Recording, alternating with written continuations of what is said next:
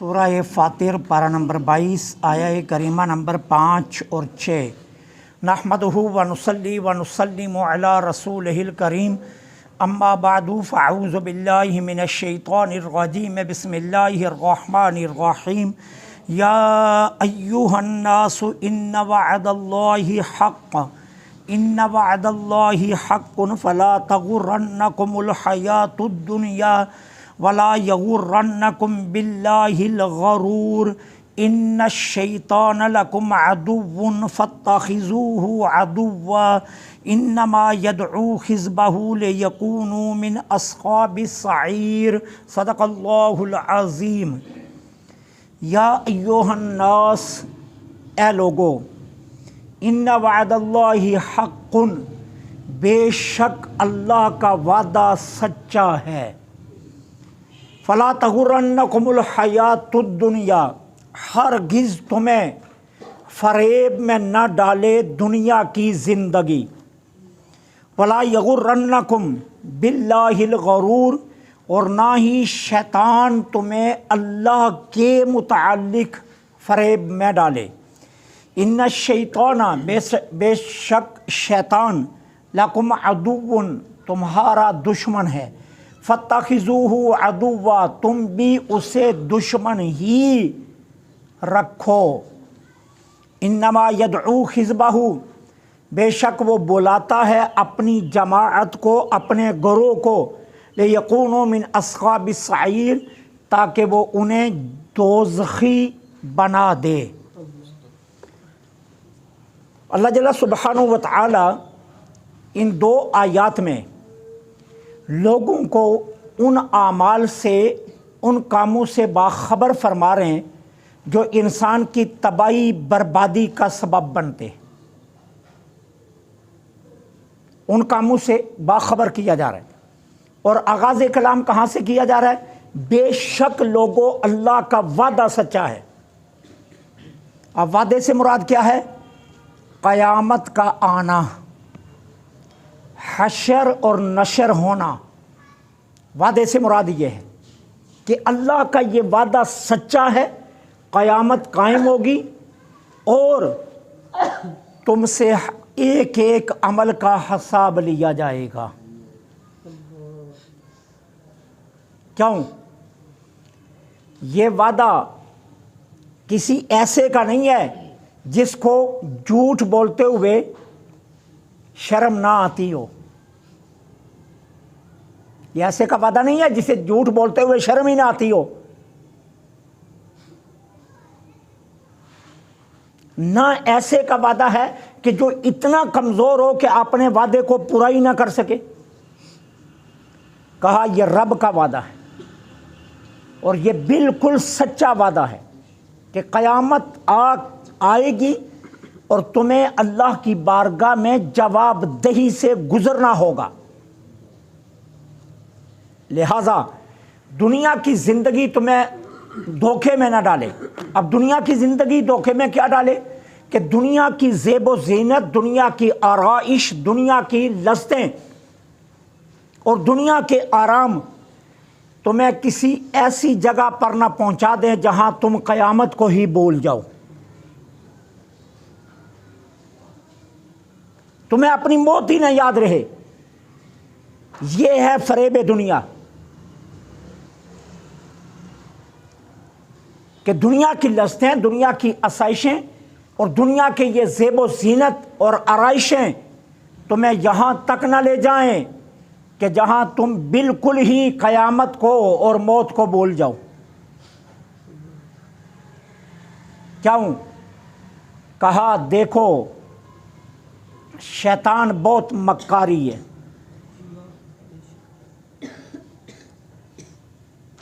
تمہاری وجہ سے جو اسے ٹھیس پہنچی ہے نا، وہ بھولا نہیں ہے اس کو، اسے آج تک وہ ٹھیس یاد ہے۔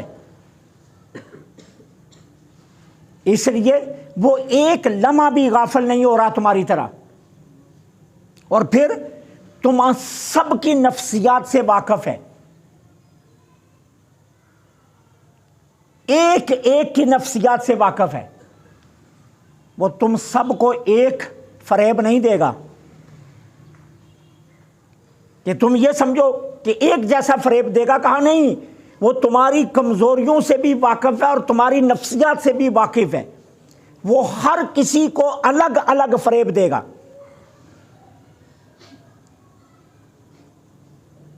جاہلوں کو، کم عقلوں کو ایسے فریب میں ڈالتا ہے کہ کبھی تو وہ سرے سے ہی خدا کا انکار کر لیتے ہیں، کبھی بتوں کو پوجنا شروع کر لیتے ہیں، کبھی سورج کو کے پجاری بن جاتے ہیں، اور کبھی کیا ہے سرے سے ہی اللہ کا تعلق اس کائنات سے توڑ دیتے ہیں کہ کوئی سرے سے خالی کیا ہی نہیں۔ یہ فریب انہیں دیتا ہے۔ پھر جن کے پاس علم ہے لیکن ان کے دل میں دنیا کی محبت ہے، تو دنیا کے لالچیوں کو علم کے باوجود ایسے ایسے فریب دیتا ہے کہ وہ دنیا کے پجاری بن جاتے ہیں۔ کوئی اقتدار کا لالچی، کوئی ملوں کا لالچی، کوئی فیکٹریوں کا لالچی، کوئی پراپرٹیوں کا لالچی، کوئی جائیدادوں کا لالچی، کوئی بینک بیلنس کا لالچی، طرح طرح کے فریب دے کر پھر کیا کرتا ہے، ان کے ہاتھوں سے ایسے ایسے کام کرواتا ہے کہ عقل بھی دنگ رہ جاتی ہے۔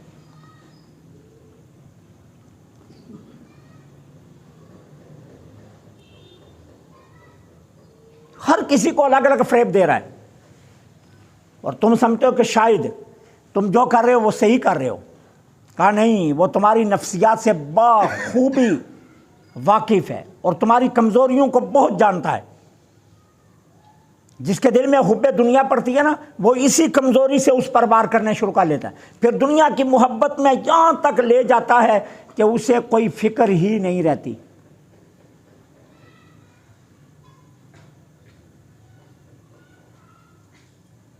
اللہ کی راہ پر 1000 دیتے ہوئے 10 مرتبہ اس کی جانا منت کرنی پڑتی ہے کہ اللہ کے نام پر دے دو، اور پتہ چل جائے فلاں جگہ بلڈنگ بک رہی ہے، سب سے پہلے یہی کھڑا ہوتا ہے۔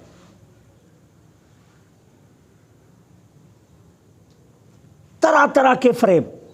اور پھر جو علم والے ہیں، اللہ کی ذات پر یقین محکم مضبوط یقین رکھتے ہیں، معافی انہیں بھی نہیں دیتا۔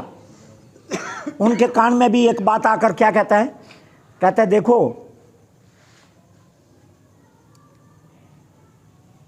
بہت نیکیاں کر لی ہیں، اب اگر نہ بھی کرو تو کوئی بات نہیں، اور دوسری بات اللہ غفور الرحیم ہے، اس کی رحمت کے آگے تیرے گناہوں کی حیثیت کیا ہے۔ اس کام پر لگا کر انہیں بھی عبادات سے محروم کر دیتا ہے۔ طرح طرح کے فریب ذہن میں ڈالتا ہے۔ سیدی غوث اعظم رضی اللہ تعالیٰ عنہ کے پاس آ گیا، عبد القادر تو نے اتنی عبادت کی ہے کہ اب تو نہ بھی کرے تو کوئی پرواہ نہیں۔ تو آپ نے فرمایا لا حول ولا قوت الا باللہ، جب میرے نانا کو عبادات معاف نہیں ہوئی تو میں کون ہوتا ہوں۔ تو آگے سے پھر داؤ کھیلا، کہنے لگا عبد القادر خوش ہو جا، آج تجھے تیرے علم نے بچا لیا۔ تو آپ نے پھر اس پر لعنت بھیج کر کہا علم نے نہیں، میرے رب کے فضل نے مجھے بچایا۔ معافی کسی کو نہیں دیتا، ٹھیک ہے نا۔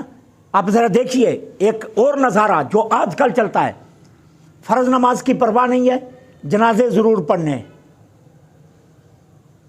فرض نماز کی پرواہ نہیں ہے، نوافل ضرور پڑھنے، زکوٰۃ پوری نہیں دینی لیکن مہینے کے بعد 11ویں ضرور دلانی ہے، ٹھیک ہے۔ پھر ایک سال میں ایک محفل نعت یا ایک محفل میلاد کر کے خوش بیٹھے ہیں، حضور ہماری شفاعت کریں گے نا۔ اور نعت خوان کن کو بلاتے ہیں؟ جو ایسی نعتیں پڑھتے ہیں جن کی پڑھتا ہوں میں نعت وہی تو لیں گے حساب تیرا۔ سرے سے کفر، سرے سے ہی اسلام کی تباہی۔ یہ ہم نے ماحول بنا رکھا۔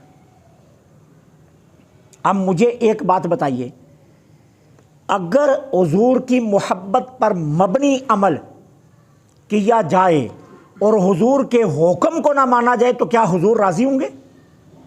ایک وہ کام ہے جو حضور کی محبت پر مبنی ہے، اور ایک وہ کام ہے جو ڈائریکٹ حضور کا فرمان ہے. فرمان کو نہیں ماننا، مبنی محبت والا مان لینا ہے. جس مبنی بر محبت جو ہے اسے مان لینا ہے، لیکن جو رسول کا فرمان ہے وہ نہیں ماننا. اب سنو اس پر حضور کتنے ناراض ہوتے ہیں.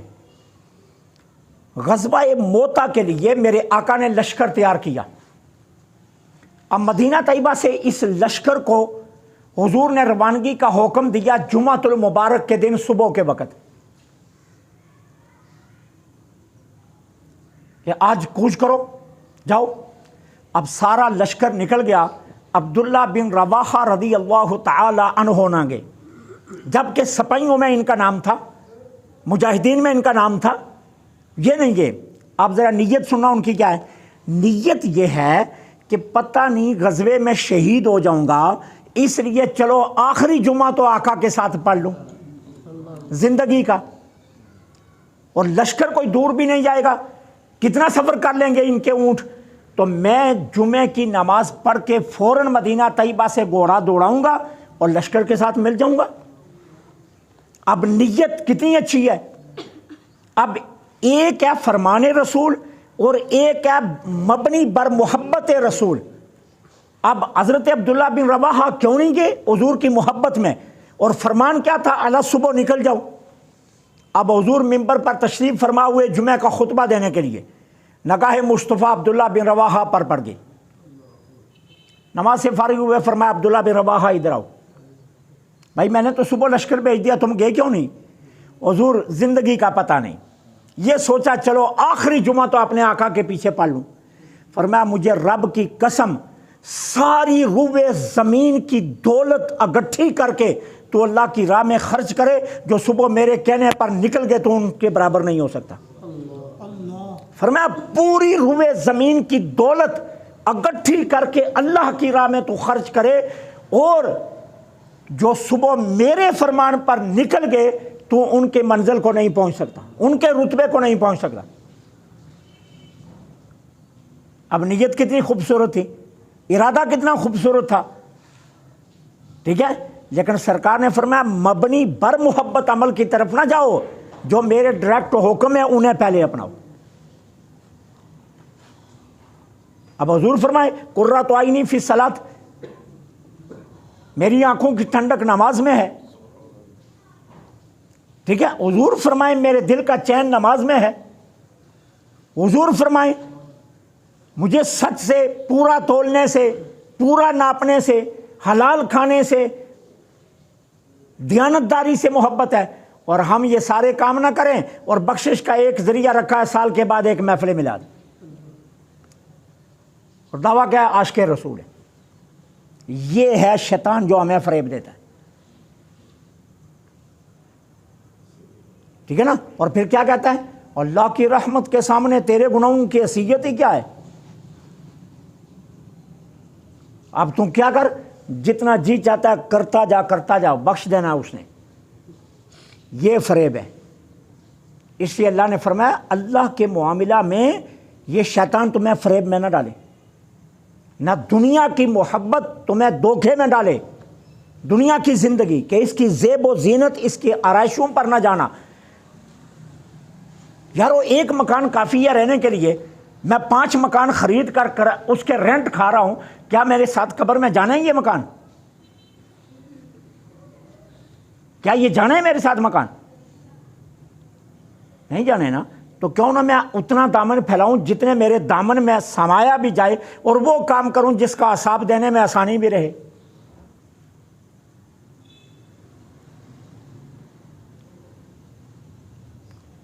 وہ کسی نے پنجابی میں اپنے ہی من میں کسی بزرگ نے کہہ دیا نا، چنگا رونے گا ہاتھی ونڈی جا،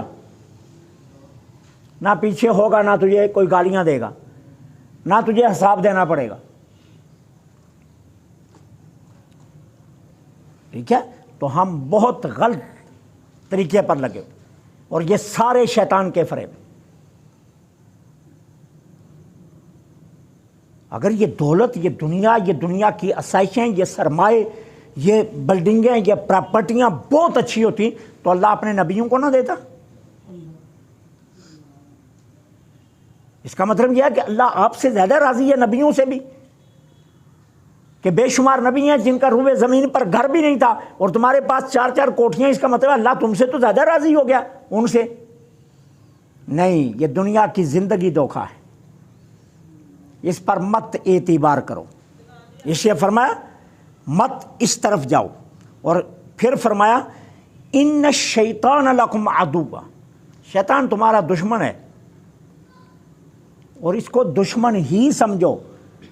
یہ جتنے مرضی تمہیں اچھے مشورے دے، جتنے مرضی تمہیں اچھی باتیں کہے، لیکن یہ دشمن ہے، اسے دشمن ہی سمجھو،